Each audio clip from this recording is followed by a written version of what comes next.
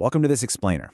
Now, when most of us think about heart disease, it's super tempting to just picture a clogged pipe, right? Like grease slowly building up in a kitchen drain until the water just can't get through anymore. But the human body is not a simple plumbing system. Today, we are taking a microscopic journey straight into the walls of your arteries to uncover the silent architecture of atherosclerosis. We're going to dismantle that old clogged pipe myth entirely and explore the fascinating, dynamic, and honestly, sometimes dramatic cellular events that are happening inside of us right this very second.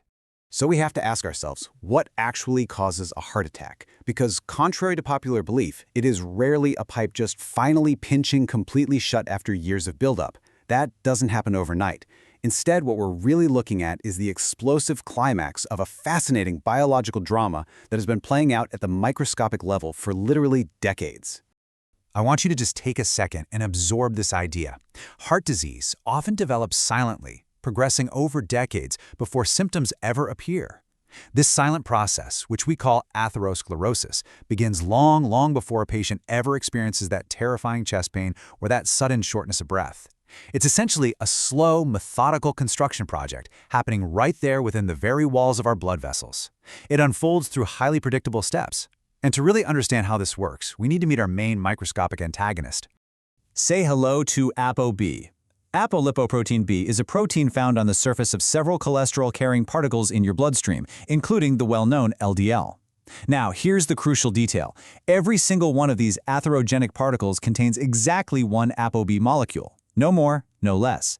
Because of this 1-to-1 ratio, ApoB acts as a direct, incredibly precise measure of the exact number of cholesterol-carrying particles that are actually capable of breaching your artery walls. And modern research is increasingly pointing to this particle number as a massive, primary driver of the disease. Okay, let's dive into this distinction, because it is absolutely vital for understanding your risk. A standard blood panel at the doctor usually measures LDL-C. That's the total amount of cholesterol being carried around. But ApoB measures the number of particles actually doing the carrying. Think of your bloodstream like a busy highway. LDL-C is essentially counting the total number of passengers riding inside the vehicles. But ApoB is counting the total number of vehicles on the road. And when it comes to the risk of crashing into the delicate walls of your arteries, the number of vehicles on the road matters so much more than the number of passengers sitting inside them. So how does this microscopic crash actually happen? Well, the innermost lining of your blood vessels, called the endothelium, is supposed to act as a highly selective barrier. But occasionally, those ApoB particles crash through. They penetrate this delicate barrier, bind to these sticky little molecules called proteoglycans, and become physically trapped beneath the surface. This is the inciting incident. The true starting point of heart disease isn't just having cholesterol floating by in your blood, it is the physical retention, the literal trapping of these ApoB particles right inside the tissue of the artery wall. And once they're trapped in the wall, these ApoB particles don't just sit there peacefully.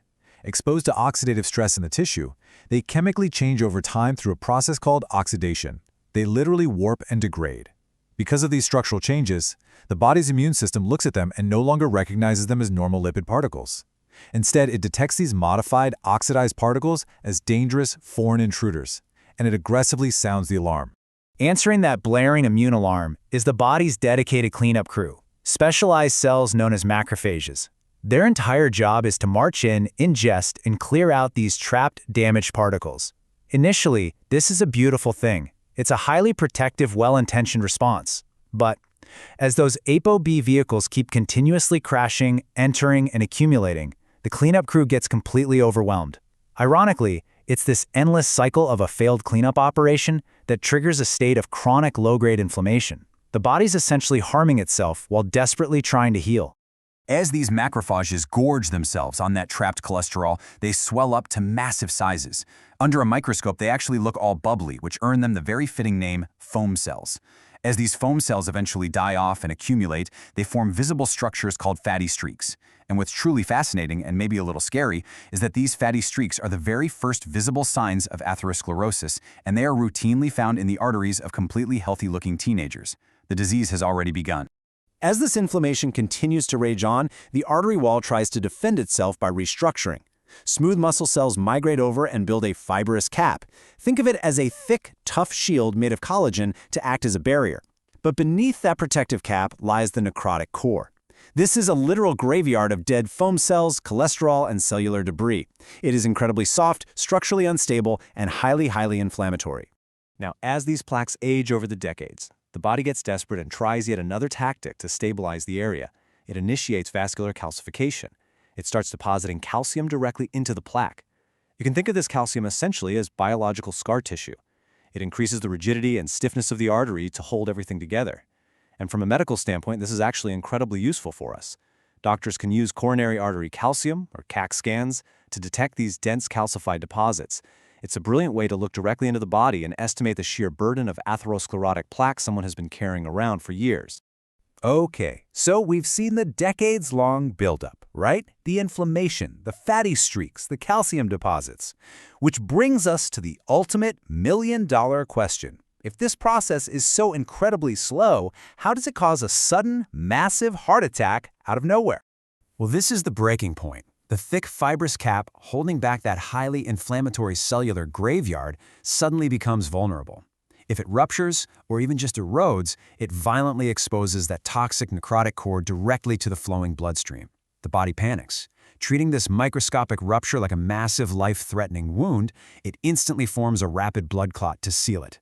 It's this clot, formed in mere moments, that abruptly blocks all blood flow. If that blockage happens in an artery feeding the heart, it's a heart attack. If it happens in an artery feeding the brain, it's an ischemic stroke. And this right here reveals the true, startling timeline of cardiovascular disease. In childhood or our early teens, microscopic fatty streaks begin to form. For decades after that, we experience silent chronic inflammation and plaque growth. And then, the plaque ruptures, and a clot forms in just minutes. So why does this matter? Because the lethal event takes minutes, but the setup takes an entire lifetime. But listen, here is the incredible silver lining in all of this. Because this is a slow, measurable disease that develops over decades, it gives us a massive window of opportunity to intervene. We can slow, halt, or even partially reverse this progression long before a single symptom ever appears. How? By reducing the number of those ApoB particles circulating in the blood, taking those dangerous vehicles off the highway. By controlling the blood pressure that damages our endothelium. By avoiding tobacco, managing our blood sugar, staying physically active, and following a heart-healthy diet. We are absolutely not powerless in this biological drama. We've looked at the microscopic reality of atherosclerosis today. It's not a sudden illness. It is the silent architecture of decades of cellular events. Understanding this completely transforms heart disease from a sudden, mysterious tragedy into a logical, understandable process that you can actually monitor and manage. Knowing that your arteries are continuously adapting to the environment you provide them gives you the immense power to change their future.